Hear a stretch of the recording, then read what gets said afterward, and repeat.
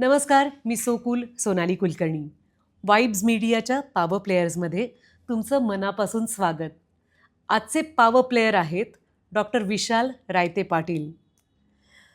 Paralysis रिहॅबिलिटेशनचे ते specialist आहेत. आयुर्वेद आणि होलिस्टिक हिलिंग या माध्यमातून त्यांनी अनेक लोकांना पुनर्जीवन दिलेलं आहे. होलिस्टिक हिलिंगवर त्यांचा नितांत विश्वास आहे. फक्त भारतातूनच नाही तर परदेशातूनही अनेक रुग्ण येतात आणि डॉक्टरांच्या अनुभवाचा आणि त्यांच्या मार्गदर्शनाचा उपयोग करून आयुष्यात पुन्हा ठामपणे उभं राहतात. भेटूया डॉक्टर विशाल रायते पाटील यांना.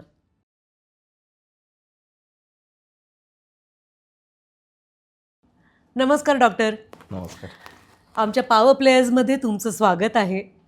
मी तुमच्याबद्दल जेव्हा वाचत होते तेव्हा मला एका गोष्टीचं फार कुतूहल वाटलं की स्वतःच्या वैयक्तिक अनुभवामुळे तुम्ही पॅरालिसिसचा अभ्यास जास्त केलात. त्यातही तुमचा आजोबांचा काहीतरी संदर्भ होता. त्याबद्दल आम्हाला जरा उलगडून सांगाल का? मॅडम, विषय असा आहे की मी ज्यावेळेस कॉलेज लाईफमध्ये होतो किंवा बालपणापासून म्हणजे माझ्या आजोबांना पॅरालिसिस झाला होता. बरं. आणि आमचं एकत्रित कुटुंब होतं सगळं. दुसरी गोष्ट म्हणजे जवळजवळ 15 वर्ष ते पॅरालिसिस सफर केलं त्यांनी. वयाच्या 95व्या वर्षी ते एक्सपायर झाले. बरं. मग या सगळ्या गोष्टी आणि फेस केल्या त्यांनी, फॅमिलीने पण फेस केलं आहे की पेशंट बेड रिडन असतो, नंतरून तो आता स्टिकवर चालायला लागले. ते म्हणजे उलटं आत्ता तर वाईट या गोष्टीचं वाटतं की मी पॅरालिसिस क्षेत्रात काम करतो पण माझ्या आज आजोबा नाही. जर असते तर अजून मी त्यांच्यासाठी काय करू शकलो असतो. त्याच दृष्टीने काहीतरी एक पॅरालिसिस झालेली जी फॅमिली ती त्यांचं दुःख किंवा त्यांची जी सिच्युएशन आहे ती त्यांनाच माहिती. कारण घरी काय जो पेशंट बेड रिडन असतो किंवा काय त्याची सिच्युएशन असते ती फॅमिलीच समजू शकते. त्याच्यामुळे ती एक मला लहानपणापासून मनात वाटलं की आपण काहीतरी समाजाचं काहीतरी चांगलं करू शकतो आणि जो डिपेंड आहे तो इंडिपेंडंट झाला पाहिजे. किती मोठी गोष्ट आहे. म्हणजे एक पर्याय असाही असतो की आपण दुःख करत बसायचं आणि म्हणायचं की अरे माझ्याकडे पैसे असते, माझ्याकडे चांगले डॉक्टर असते तर मी काहीतरी करू शकलो असतो. पण स्वतः तो मार्ग निवडणं आणि एक कुटुंबातलं माणूस आपण गमावलं पण इतर कुटुंबांनी त्यांचे जीवलग गमावू नयेत यासाठी तुम्ही प्रयत्न केला आहे. डॉक्टर, एक अगदी बेसिक प्रश्न विचारते तुम्हाला. पॅरालिसिस हा शरीराच्या कोणत्या भागाला होतो? पॅरालिसिस हा शरीराचा पॅरालिसिसचे भरपूर प्रकार आहे मॅडम. म्हणजे कधी कधी एक हात एक पाय पॅरालिसिस होतो. नंतर न्यूरोलॉजिकल भरपूर आजार आहे. मग त्याच्यात GBS झाला, गुलेन बॅरी सिंड्रोम, दोन्ही हात दोन्ही पाय. दुसरी गोष्ट मोस्टली तर पॅरालिसिस जर म्हटलं तर एक हात एक पाय असतोच, उजवी बाजू किंवा डावी बाजू. बरं. आणि ते आपले अवयव निकामी होतात का ते लेझी होतात? जी आपल्या हातापायाची जी ताकद असते ती ताकदच गेलेली असते. बरं. कारण ऐकतो आपण पण जोपर्यंत आपल्या उंबऱ्यापर्यंत एखादी गोष्ट येत नाही तोपर्यंत त्याबद्दलची जागरूकता वाढत नाही. बरोबर आहे. जोपर्यंत ज्याच्या घरात पॅरालिसिस होत नाही तोपर्यंत त्याला त्याचं महत्त्व नाही समजत. बरोबर आहे. पण तुमच्याबद्दल कमाल एक वाटते डॉक्टर की पॅरालिसिस म्हटलं की त्याबद्दलची दणदणीत औषधं, उपचार हे मार्ग झालेच पण त्याच्याबरोबर तुम्ही आयुर्वेदाची जोड दिलीत. तर ही क्रांती वाटते. तर त्याबद्दल आम्हाला सांगा.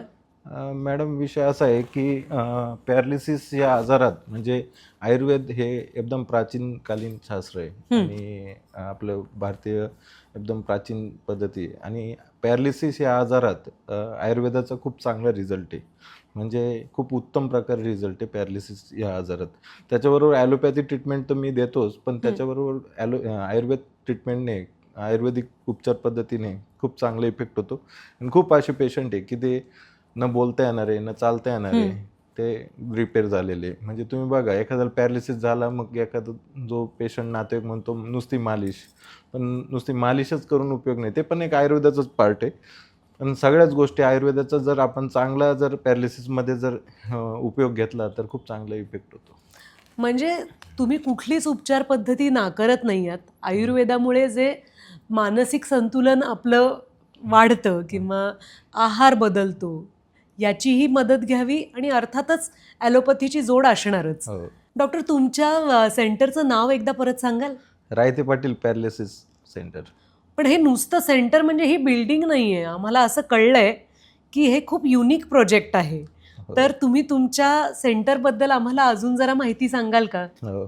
युनिक प्रोजेक्ट म्हणजे एकदम जे माझं सेंटर आहे ते पूर्ण कौलात आहे मॅडम, एक रिसॉर्टसारखं आहे. बरं. आणि ते बांधण्यामागचं कारण असं की जो पेशंट पॅरालिसिस झालेला असतो तो खचून गेलेला असतो. हं. चालता फिरता पेशंट असतो, तो एका मिनिटात जो पॅरालिसिस बेड रिडन होऊन जातो, त्याला विचार केल्याशिवाय दुसरी काही ऑप्शनच नसतो.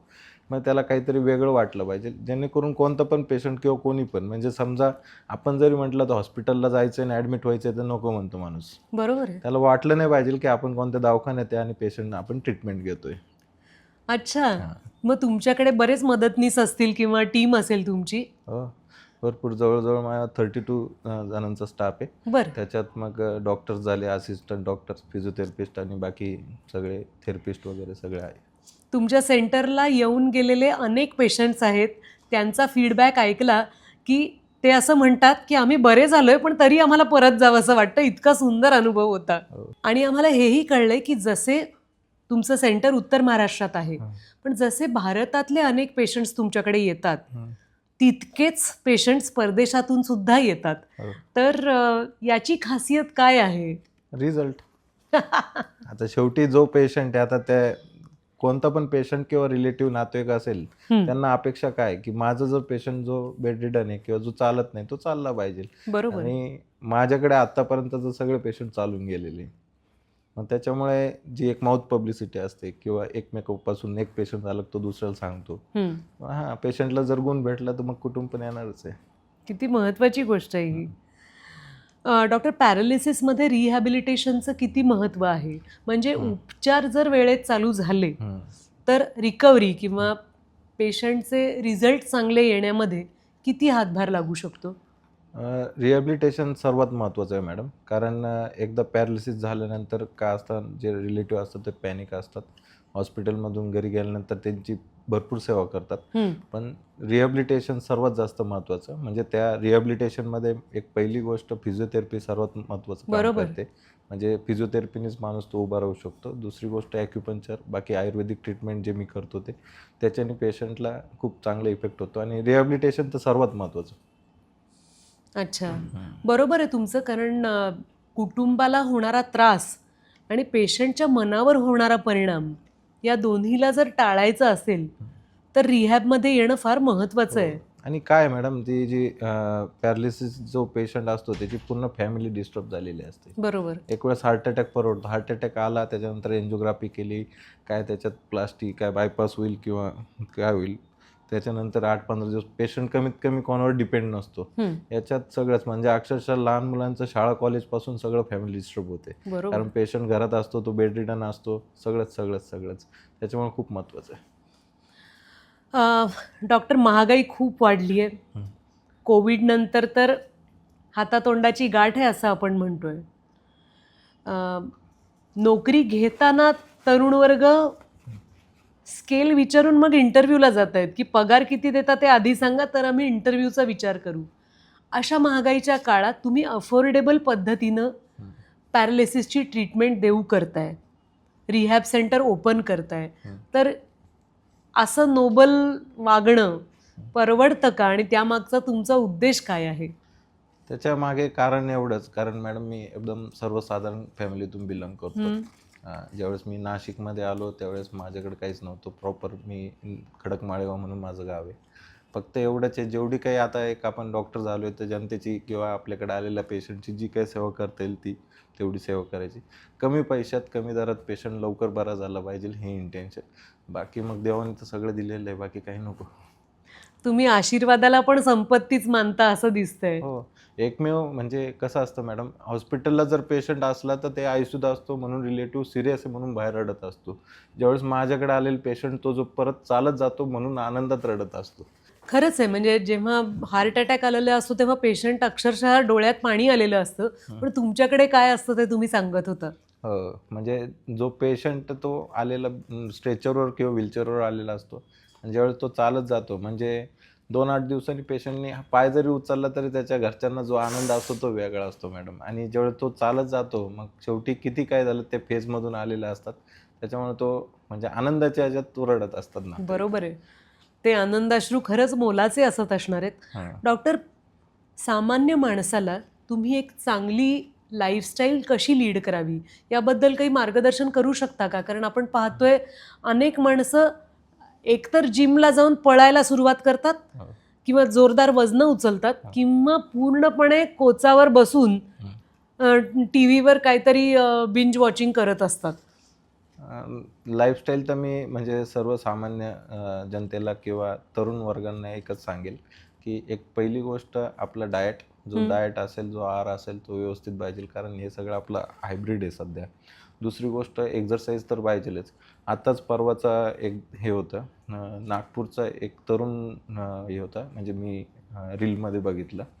तर जिम मारत असताना जिममध्येच त्याला स्ट्रोक बसला. हो, अनेक आपण ऐकतोय हो, अशी हो. प्रकरणं. हो, तर मग त्यासाठी एक पहिली गोष्ट आपलं कोलेस्ट्रॉल, वेट गेन नाही झालं पाहिजे ना, आहार व्यवस्थित, एक्झरसाईज, आणि दुसरी गोष्ट दर 6 महिने वर्षाला आपलं हेल्थ चेकअप केलं पाहिजे, म्हणजे जेणेकरून तुमचे हे विघ्न टाळता येतील. बरोबर. तुमच्या इतके वर्षाच्या अनुभवात किंवा करिअरमध्ये एखादी लक्षात राहिलेली केस आम्हाला सांगाल का?